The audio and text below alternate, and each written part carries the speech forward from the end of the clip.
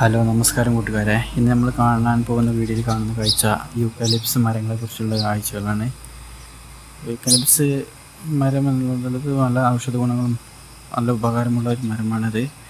അതുകൊണ്ട് തന്നെ കേരളത്തിലും അതുപോലെ തന്നെ തമിഴ്നാട്, കുറച്ച് നീലഗിരി, കർണാടക ഭാഗങ്ങളിലൊക്കെ ഈ യൂക്കലിപ്സ് മരങ്ങളൊക്കെ വളർന്നു വരുന്നുണ്ട്.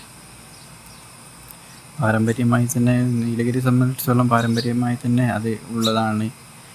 പിന്നീട് ബ്രിട്ടീഷുകാർ വന്നിട്ട് അത് നല്ലൊരു കൃഷിസ്ഥലം പോലെ ഒരുപാട് സ്ഥലങ്ങളിൽ വളർത്തി ഒരു ഇതായി അതിനെ നല്ല കൃഷിയൊക്കെ ചെയ്ത് നല്ല രൂപത്തിൽ തന്നെ അതിനെ വളർത്തിയെടുത്ത് വന്നു.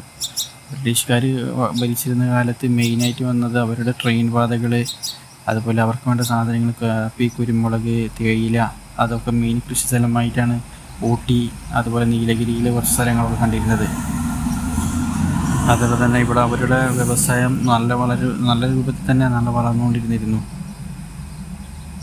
ഇവിടെ വന്നിട്ട് ടോയ് ട്രെയിൻ എന്ന് പറഞ്ഞ പേരിൽ തന്നെ ഒരു ട്രെയിൻ തന്നെ അവർ സംവിധാനം ചെയ്തു. അത് മെയിനായിട്ട് അവരുടെ ഫാമിലിയും അവർക്കും വന്നിട്ട് വേനൽക്കാലത്ത് ടൂറിസ്റ്റ് സ്ഥലം പോലെ കറങ്ങാനും അവരുടെ സൗകര്യങ്ങൾക്കും വേണ്ടിയാണ് അത് ട്രെയിനൊക്കെ നിർമ്മിച്ചിട്ടുണ്ടായിരുന്നത്. എന്നാൽ തന്നെ അതിപ്പോഴും നിലനിന്ന് വരുന്നു ഊട്ടിയിൽ. ഇപ്പോഴും അവരുടെ കാലത്ത് മെയിൻ യൂക്കലിപ്സ് തേയില. ഇപ്പോൾ ഊട്ടിയിൽ പോയാൽ തന്നെ കാണാൻ കഴിയും, മരങ്ങൾ അങ്ങനെ നിറഞ്ഞു നിൽക്കുന്നുണ്ട്.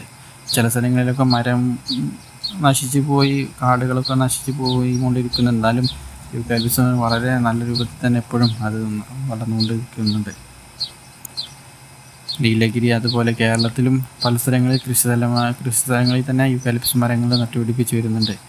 അങ്ങനെ ഒരുപാട് കാഴ്ചകളുണ്ട്. നീലഗിരി, ഗൂഡല്ലൂർ ഭാഗത്തുകൂടെ ഒന്ന് പോയാലും, അതുപോലെ ഗൂഡല്ലൂരിൽ നിന്ന് നേരെ ഊട്ടിയിലേക്ക് പോയാലും ഒരുപാട് കാഴ്ചകൾ. പോകുന്ന വഴിയിൽ തന്നെ യൂക്കലിപ്സ് മരങ്ങൾ നമുക്ക് കാണാൻ കഴിയും.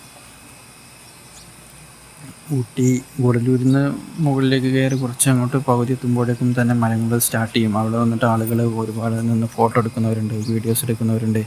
അതുപോലെ അവിടെ ടൈം സ്പെൻഡ് ചെയ്തിട്ട് ഒരുപാട് കാര്യങ്ങൾ ഭക്ഷണം കഴിക്കുന്നവരുണ്ട്. അതിനൊന്നും ഗവൺമെൻറ്റും അതുപോലെ ഫോറസ്റ്റ് ഡിപ്പാർട്ട്മെൻറ്റും ഒന്നും പറയില്ല.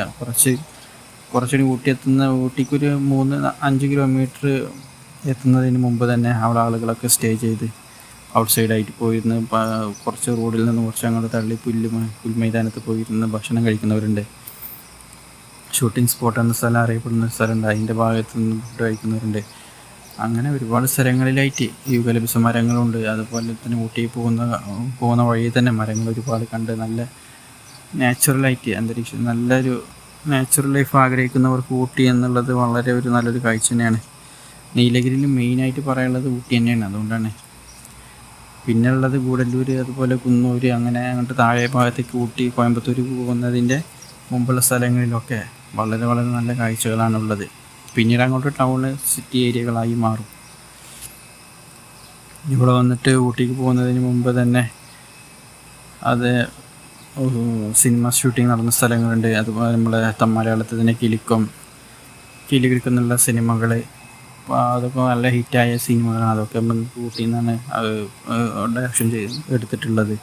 അതുപോലെ തമിഴ് മൂവീസ് ഒരുപാട് പടങ്ങൾ, രജനി, കമൽ, അങ്ങനെ വലിയ സ്റ്റാറുകളുടെ പടങ്ങളെ തന്നെ ഊട്ടിയിൽ നിന്ന് എടുത്തിട്ടുണ്ട്. ഇവിടെ വന്നിട്ട് ബംഗ്ലാവ് ഉണ്ട്. ഊട്ടി ബ്രിട്ടീഷുകാരാണ് നിർമ്മിക്കപ്പെട്ട, അവരുടെ കാലത്ത് നിർമ്മിക്കപ്പെട്ട ബംഗ്ലാവ്. അതിന് റെൻ്റ് കൊടുത്തിട്ട് ആ ബിൽഡിങ്ങിൽ തന്നെ ഒരുപാട് മൂവീസ് ഇവിടെ നിന്ന് എടുത്തിട്ടുണ്ട്.